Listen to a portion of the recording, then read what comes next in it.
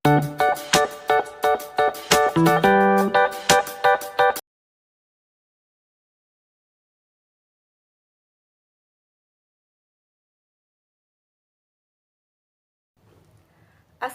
warahmatullahi wabarakatuh. Perkenalkan, nama saya Yusi Harari dengan NPM 5019173 dari kelas 4E Prodi PGSD. Baiklah, di sini saya akan menjelaskan mengenai konsep dasar kurikulum.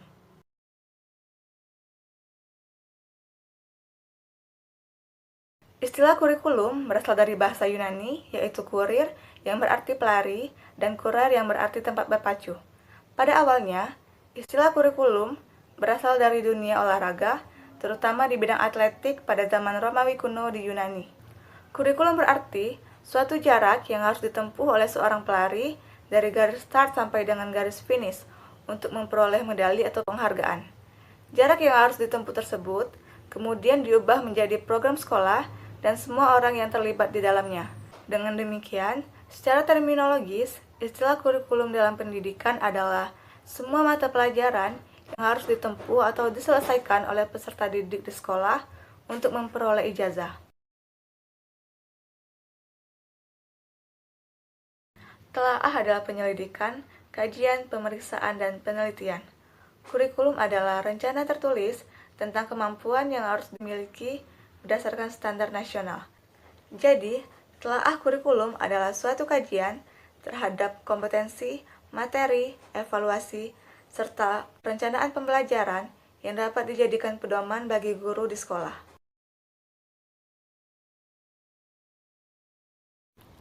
Prinsip-prinsip dalam kurikulum menurut Profesor Dr. Nana Syaudin Sukmadinata terdiri dari 5 prinsip umum, yaitu relevansi, fleksibilitas, berkesinambungan, praktis, dan efektivitas.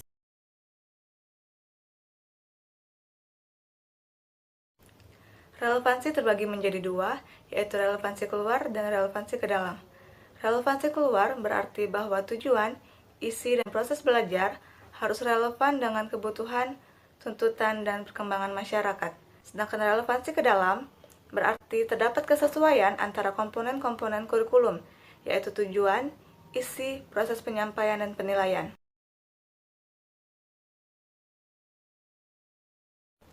Fleksibilitas berarti harus berisi hal-hal yang solid, tetapi dalam pelaksanaannya memungkinkan terjadinya penyesuaian-penyesuaian berdasarkan daerah, waktu, kemampuan, dan latar belakang anak.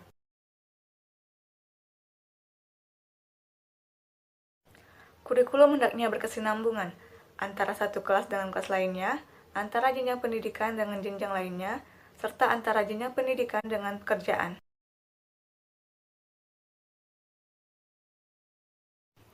Kurikulum harus praktis, mudah dilaksanakan, menggunakan alat-alat sederhana, dan biayanya murah.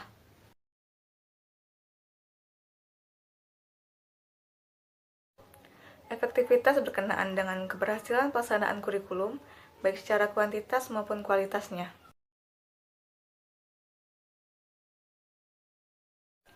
Menurut Neil, isi kurikulum memiliki 4 fungsi, yaitu fungsi pendidikan umum, suplementasi, eksplorasi, dan keahlian.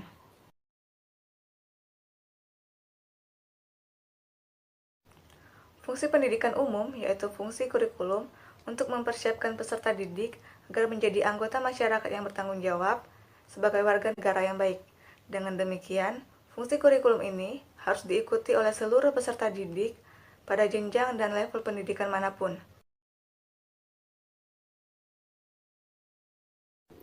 Setiap peserta didik memiliki perbedaan, baik dilihat dari perbedaan kemampuan, perbedaan minat, dan perbedaan bakat. Dengan demikian, peserta didik memiliki kesempatan untuk menambah kemampuan dan wawasan yang lebih baik sesuai dengan minat dan bakatnya.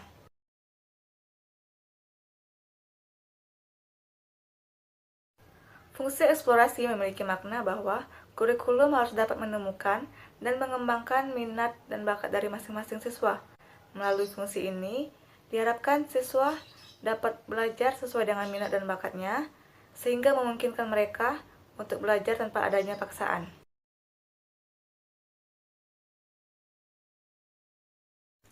Kurikulum keahlian berfungsi untuk mengembangkan kemampuan anak sesuai dengan keahliannya yang didasarkan atas minat dan bakat siswa.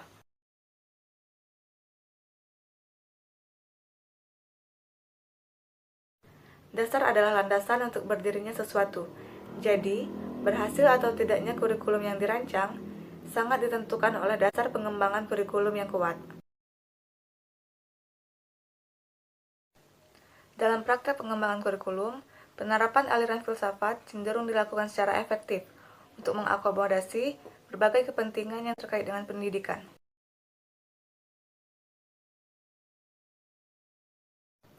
Syafruddin Nurdin mengatakan bahwa pada dasarnya, pendidikan tidak terlepas dari unsur psikologi, sebab pendidikan menyangkut perilaku manusia itu sendiri. Mendidik berarti merubah tingkah laku anak menuju kedewasaan.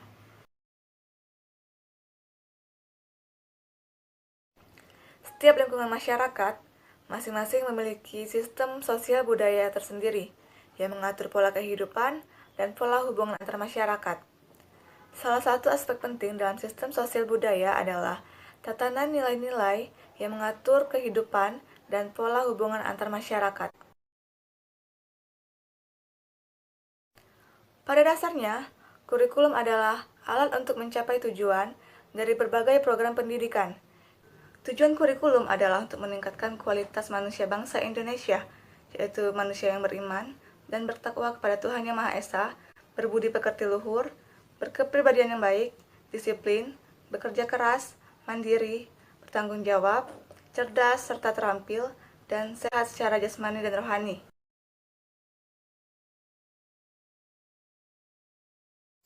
Kata relevansi berasal dari kata relevan yang mempunyai arti bersangkut paut, berhubungan, dan selaras.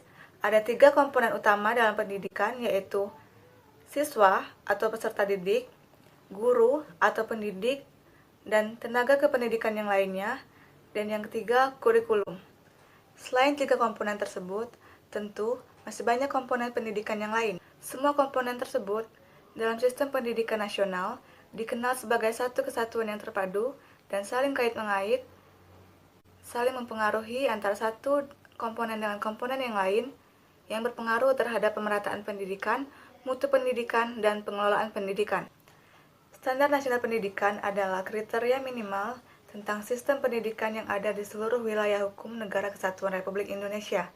Pendidikan harus relevan dengan situasi dan kondisi saat ini, relevan dengan kebutuhan peserta didik dan masa depan peserta didik.